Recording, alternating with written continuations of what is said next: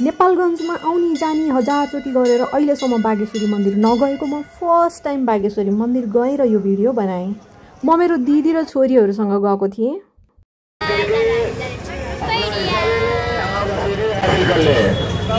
सुनिहाल्नुभयो हामी नेपालगञ्ज बागेश्वरी मन्दिर घुमेर भ्याएर रूपेडिया घुम्न जाँदैछौँ अब।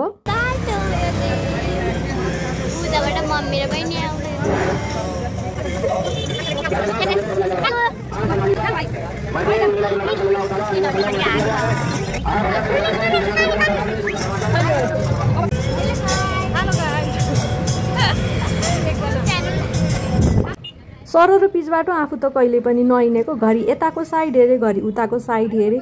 अनि सबभन्दा अचम्म त के मान्नु र होइन, इट्स भेरी नर्मल। तर बाटोभरि सबै अटो रिक्सा नै अटो रिक्सा हुँदो रहेछ। अनि सँगसँगै साइकल चलाएर पनि यसरी हामीले मान्छेहरू देख्न सक्थ्यौँ।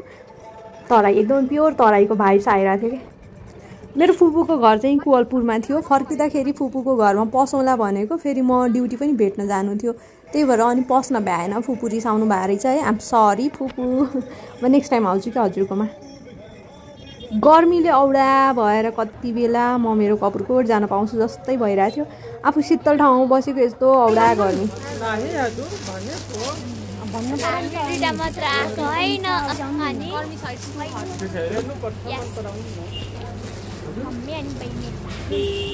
दिदी बहिनीले त सेम टु सेम बेला उयो कुर्ता निकालौँ न एकचोटि। सरी यो सारू भन्नुहुन्छ मेरो मम्मीलाई अन्छु। एउटा सिक्रेट कुरो बताऊँ, कति धेरै कपडाहरू हामीले खोतल्यौँ होइन, तर एउटा मन परेन क्या मलाई चाहिँ। कुनैको साइज नमिल्ने पातलो मान्छे, अल्गो मान्छे, कहाँबाट मलाई मिल्दो कपडा पाउनु। अनि झ्याउ लाग्यो, मैले खासै केही किनेर एउटा बोतल उठाएको थिएँ। भिडियो हेरिदिनु भएकोमा धन्यवाद।